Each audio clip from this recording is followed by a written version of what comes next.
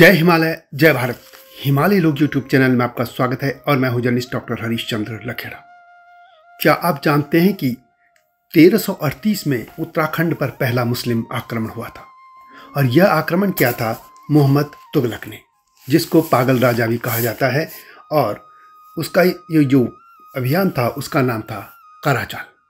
लेकिन आमतौर पर इतिहास की किताबों में सिर्फ एक लाइन में यह निपटा दिया जाता है कि मोहम्मद तुगलक ने कराचल अभियान के तहत एक विशाल सेना को पहाड़ी राज्यों को जीतने के लिए भेजा और उसकी पूरी सेना जंगली रास्तों में भटक गई और इब्न बतूता के अनुसार केवल 10 अधिकारी ही बचकर वापस आ सके थे। कहीं 3 अधिकारी कहा गया है, लेकिन इतना ही भर नहीं है। यह क्या आक्रमण हुआ था और उसने क्या क्या कहर बरपाया था वही मैं इस पर बताऊंगा। लेकिन तब तक आपसे अनुरोध है कि इस चैनल को यानी हिमालय लोग को सब्सक्राइब अवश्य कर दीजिए। और मेरा एक और चैनल है HCL न्यूज़, जिसमें मैं समसामयिक मुद्दों का या जो खबरें हैं उनका विश्लेषण करता हूं। आप जानते हैं कि दिल्ली सल्तनत में तुगलक वंश का शासक था मोहम्मद बिन तुगलक। गयासुद्दीन तुगलक की मृत्यु के बाद उसका पुत्र जूना खां मोहम्मद बिन तुगलक के नाम से दिल्ली की सत्ता पर बैठा था और उसका नाम मूलतः वैसे उलूग खां था और उसका कार्यकाल है 1325 से 1351 ईस्वी। और आपको याद होगा कि जो दक्षिण में अपनी राजधानी ले जा रहा था और फिर उसने वापस दिल्ली ले आया था, वह यही मोहम्मद तुगलक था। इन युद्धों को लेकर मुस्लिम जो इतिहासकार हैं उन्हीं के किताबों में मिलता है और इसमें उन्होंने बहुत बढ़ा चढ़ाकर इस हमलों का वैसे वर्णन भी किया है। जैसे वे लिखते हैं कि 4 लाख तक की कहीं सेना इकट्ठी की थी, कहीं कहते हैं 2 लाख 3 लाख इस तरीके से। और फिर वो इस विजय को इस तरीके से महिमा मंडित करते हैं कि काफिरों पर हमला, काफिरों पर विजय। और यह भी जानने लायक है कि मुस्लिम जो लेखक थे, इनके जो सेना के साथ जाते थे, वर्णन करते थे, लिखते थे, उसमें अधिकतर ये जो हिमालय का क्षेत्र था उसको चीन का भाग कह मानते थे। मोहम्मद तुगलक ने दिल्ली का शासन 1325 में संभाला और 1338 में उसने पहाड़ी राज्यों पर हमला करने के लिए अपना अभियान शुरू कर दिया, जिसे कराचाल अभियान के नाम से जाना जाता है। वैसे इससे पहले उसने खुरासान अभियान के लिए 3,70,000 अश्वारोहियों की विशाल सेना संगठित की थी।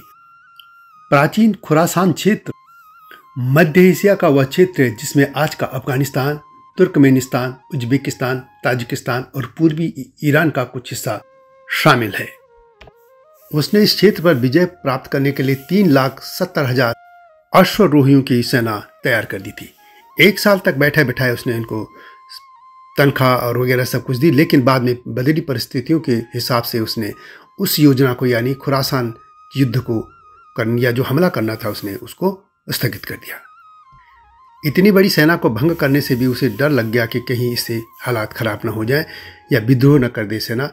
इसलिए उसने अपनी विशाल सेना को हिंद और चीन यानी तिब्बत की ओर युद्ध करने के लिए भेज दिया और इसे कराचाल अभियान के तौर पर माना जाता है। वैसे विभिन्न पांडुलिपियों में इस पर्वतीय क्षेत्र का नाम कराचल, कराचल, काराजिल, काराजिल, हराजिल, हिमाचल या हिमाचल पाया जाता है। यह कह सकते हैं कि वह हिमाचल प्रदेश से और पूरा उत्तराखंड क्षेत्र को विजित करना चाहता था, लेकिन वैसे इसकी जो पहचान हुई है वह काल शैल या कालसी की पहाड़ी से, कुबेराचल या गंधमादन से तथा गंगाजल, कुर्माचल, गढ़वाल कुमाऊं से की गई है। कराचल अपनी सोने की खान तथा उसमें मिलने वाली कस्तूरी मृग के कारण अति प्रसिद्ध था। मानोदय में श्रीनगर में कस्तूरी की मंडी होने का वर्णन है और गढ़वाल कुमाऊं में के जो इतिहास है उसमें सोने की खान और कस्तूरी मृग के मिलने के भी जो प्रमाण मिलते, इसलिए उसने यहाँ आक्रमण करने का विचार किया। कराचल को लेकर एक शब्द यह भी आता है कि संभवतः कुर्माचल या फिर जो क्राचल ने वहाँ आक्रमण किया था कुमाऊं पर, इन शब्दों की वजह से यह कराचल शब्द सामने आया होगा। वैसे यह भी माना जाता है कि सन 1223 ईस्वी के बालेश्वर मंदिर के ताम्रपत्र से ज्ञात होता है कि समकालीन नेपाल नरेश कराचल देव ने कुमाऊं की राजधानी चंपावत के निकट तक अपने राज्य का विस्तार कर लिया था और उनको यहाँ के जो कुमाऊं क्षेत्र के राजा थे वो टैक्स भी देते थे और माना जाता है कि उन्हीं के भूभाग जो क्षेत्र था उसका नाम कराचल राज्य उसे भी कहा जाने लग गया था। इसलिए मुस्लिम जो गाथाकार हैं उनके अभिलेखों में इस क्षेत्र का नाम काराचल पर लिखता है। अफ्रीकी पर्यटक इब्न बतूता ने भी मोहम्मद तुगलक के इस काराचल अभियान का वर्णन किया है और वह मोहम्मद तुगलक के राज्यकाल में 14 साल तक भारत में रहा था। उसके लेख से ये मालूम होता है कि काराचल पर्वतीय राज्य हिमालय का एक भाग था। वह दिल्ली से लगभग 10 दिन के मार्ग पर था। इसका धरातल संकरी पर्वतीय घाटियों एवं नदियों की गहरी खाइयों से भरा था। इससे साफ है कि यह क्षेत्र हिमालय का था और उसमें खासतौर पर गढ़वाल और कुमाऊं के क्षेत्र जो आज का उत्तराखंड है। इस काराचाल अभियान के तहत गढ़वाल, कुमाऊं और सिरमौर क्षेत्र जो हिमाचल का क्षेत्र है, इस पर उसने अपनी सेना को भेजा था। और यह जग जाहिर है कि जहां भी ये लुटेरे जाते थे, ये आतताई जाते थे, वहां पर ये लोग लूटपाट मचाते थे, नारियों और बच्चों का अपहरण करते थे, विजित प्रजा से घोर क्रूरतापूर्वक व्यवहार करते थे, धन संपत्ति की लूट करते थे, मठ मंदिरों और देव मूर्तियों का विनाश करते थे और उनका तिरस्कार करते थे, गौवध करते थे और इसलिए वहाँ की पूरी जो प्रजा थी उसको मुस्लिम बनाने का भी वो अभियान चलाते थे। और यह सब इस काराचाल अभियान में हुआ। माना जाता है कि काराचाल आक्रमण करने के लिए मोहम्मद तुगलक की सेना ने मुरादाबाद की तराई से आगे की तरफ बढ़ना शुरू किया था और उसने संभल, जिसको कि संभल भी कहा जाता है, इब्न बतूता के अनुसार वहां पर एक बौद्ध मंदिर भी था जिसे मोहम्मद तुगलक की सेना ने ढा दिया था। मोहम्मद तुगलक की यह सेना मुरादाबाद, गजरौला जो आज के हैं और बिजनौर से होकर चंडी घाट यानी जो हरिद्वार के पास पहुंच गई थी और वहां से स्वर्ग आश्रम होकर केदार भूमि के पहाड़ों की तरफ आगे बढ़ी। सबसे पहले उसने जिंदिया या चिंडिया नगर को अपने अधिकार में ले लिया था। वहां पे नर नारियों को उसने बंदी बना लिया था और इसके बाद उसकी सेना देवलगढ़ पहुंच गई थी जिसका नाम वारंगल आता है। प्रसिद्ध इतिहासकार डॉक्टर शिव प्रसाद डबराल चारण अपनी पुस्तक गढ़वाल का नवीन इतिहास परवर्ती कत्यूरी और चौहान खंड में लिखते हैं कि देवलगढ़ पर अधिकार करने के बाद उन्होंने वहां की समस्त वस्तुओं को लूट लिया था। तुगलक की सेना की टुकड़ियों ने पर्वतीय क्षेत्र के विभिन्न भागों में अपने शिविर स्थापित कर लिए थे। यह अभियान खुसरो मलिक के नेतृत्व में चलाया जा रहा था। जीत के बाद उन्होंने मोहम्मद तुगलक को इसकी सूचना भेजी और इस पर तुगलक ने वहां से अपने यहाँ से काजी और खतीब भेजे और यह भी कहा कि वे वहीं टिके रहें। काजी और खतीब भेजने का मतलब यह है कि अधिकतर प्रदेश की जनता को मुसलमान बनाने का अभियान भी चलाया जाना चाहिए। खतीब खुतबा पढ़ाया करता था और प्रजा को इस्लाम में कन्वर्ट कर दिया जाता था। वैसे इसका क्या हुआ यह मैं अगली वीडियो में बताऊंगा, लेकिन अभी बात करते हैं कि जो इब्न बतूता लिखता है वो लिखता है भाबर शिवालिक की एवं लघु हिमालय की ढालों पर सिरमौर, क्यार, दादून, चक्रौता, मसूरी, देहरादून, टेहरी, तीनों सलान, देवलगढ़, चांदकोट से तथा कुमाऊं भाबर में ऐसा मंदिर नहीं मिलता जिसे 14वीं शताब्दी के पहले का कहा जा सके। यानी यहाँ पे ये सत्य है कि मंदिर तब बहुत छोटे थे, इसलिए इन जो आक्रमणकारी सेना थी उनको मंदिर तोड़ने का उतना अवसर नहीं मिल पाया। जो भी मंदिर मिले जिस भी हालत में थे उनको उन्होंने उसी तरह तोड़ दिया था। लेकिन यह भी रहा कि ये बद्रीनाथ, केदारनाथ जी जैसे दूर दराज के क्षेत्रों तक ये सेना नहीं पहुंच पाई थी, इसलिए वे मंदिर सलामत रह गए। अब इस सेना का हुआ क्या?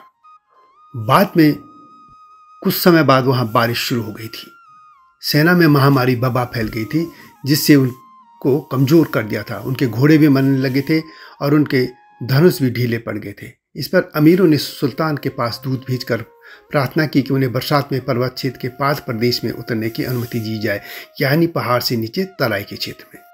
मोहम्मद तुगलक ने इसकी अनुमति दे दी। जब वह सेना नीचे को लौट रही थी तो पर्वतों की गहरी खालियों से में ये और संकीर्ण मार्गों से वो नीचे उतर रही थी तो पहाड़ों की चोटियों पर छिपे पहाड़ी लोगों ने ऊपर से पत्थरों की बरसात कर दी। लकड़ी के भारी भारी ठेले, बड़ी बड़ी शिलाएं लुटकार कर मार्ग पर चलने वाले सैनिकों का संहार करना शुरू कर दिया और इससे मोहम्मद तुगलक की अधिकतर सेना नष्ट हो गई। जो कुछ बच गए थे उनको पकड़ लिया गया, बंदी बना लिया गया और उनको भी वही दंड दिया गया जो वो करते थे। पहाड़ी लोगों ने उस सेना के जो कोषागार था और वस्तुएं थी, घोड़े, अस्त्र शस्त्र सब कुछ छीन लिए और इससे पूरी की पूरी सेना नष्ट हो गई। इब्न बतूता भी लिखता है कि 3 सेनानायक मिले जबकि बरनी के अनुसार 10 व्यक्ति, इसामी के अनुसार लगभग 5000 सैनिक बच सके थे, जिन्हें मोहम्मद तुगलक ने आवारा कर झिड़का और इन सभी की हत्या करवा दी थी। और इस तरह मोहम्मद तुगलक का यह अभियान लोगों को दुख और कष्ट तो दे गया, लेकिन खुद भी उसकी सेना नष्ट हो गई थी। अब जिन लोगों को इसने मुस्लिम बनाएगा उनका क्या हुआ, अगली वीडियो में बताऊंगा, इंतजार कीजिए। लेकिन चैनल को सब्सक्राइब करना न भूलना, और वीडियो अच्छी लगी तो इसको शेयर भी कीजिए, लाइक भी कीजिए। जल्दी मिलता हूं, तब तक जय हिमालय, जय भारत। हिमालय पे पेड़ हो तो गीत गाएंगी नदियाँ, गीत गाएंगी नदियाँ। पेड़ों पे चिड़िया है तो गीत गाएंगी नदियाँ, पेड़ों पे चिड़िया है तो गीत गाएंगी नदियाँ। माँ की लोरी जैसे होते हैं नदियों के गीत,